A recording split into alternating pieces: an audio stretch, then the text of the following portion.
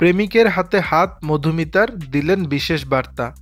টেলিভিশনের সিরিয়াল থেকে অভিনয় জগতে আসলেও ওটিটি বড় পর্দা এখন সবার নজরে ওপার বাংলার অভিনেত্রী মধুমিতা সরকার।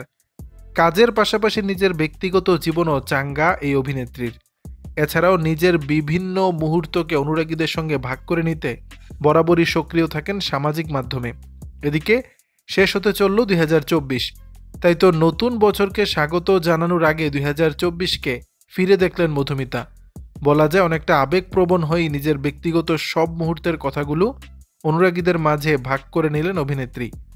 মঙ্গলবার সামাজিক মাধ্যমের পাতায় চোখ রাখতেই দেখা মেলে মধুমিতার বেশ কয়েকটি ছবি। তার মধ্যে রয়েছে প্রেমিকের হাতে হাত রাখা একটি ছবিও।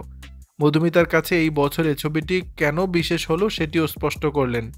কারণ 2024-এ ভালোবাসার মানুষটি পেয়েছেন মধুমিতা। ছবিগুলির ক্যাপশনে মধুমিতা লেখেন, নিজের নিয়মেই বছর শেষ হবে, সেটাকে তো আর আমি আটকে রাখতে পারবো না। তবে 2024-এ যা যা করেছি সেগুলো তো একবার ফিরে দেখতেই পারি। এই বছরটা ছিল আশীর্বাদে পরিপূর্ণ। অভিনেত্রী আরও লেখেন, এই বছরটা আমাকে শিখিয়েছে কিভাবে ছোট ছোট জিনিসেও জীবনে খুশিতে থাকতে হয়। জীবনের উপর আশা ভরসা রাখতেও শিখিয়েছে। সাহস জুগিয়েছে আস্থা ও বিশ্বাস অটুট রাখার। তবে সময়ের উপর বিশ্বাসও রাখতে হবে, তাহলেই সঠিক ফল পাওয়া যাবে। মধুমিতার বিশেষ এই বার্তায় এসব কিছুর জন্য তিনি মহাবিশ্বকে ধন্যবাদ জানিয়েছেন। দর্শক, বিষয়টি নিয়ে আপনাদের মতামত জানাবেন নিচের কমেন্ট বক্সে।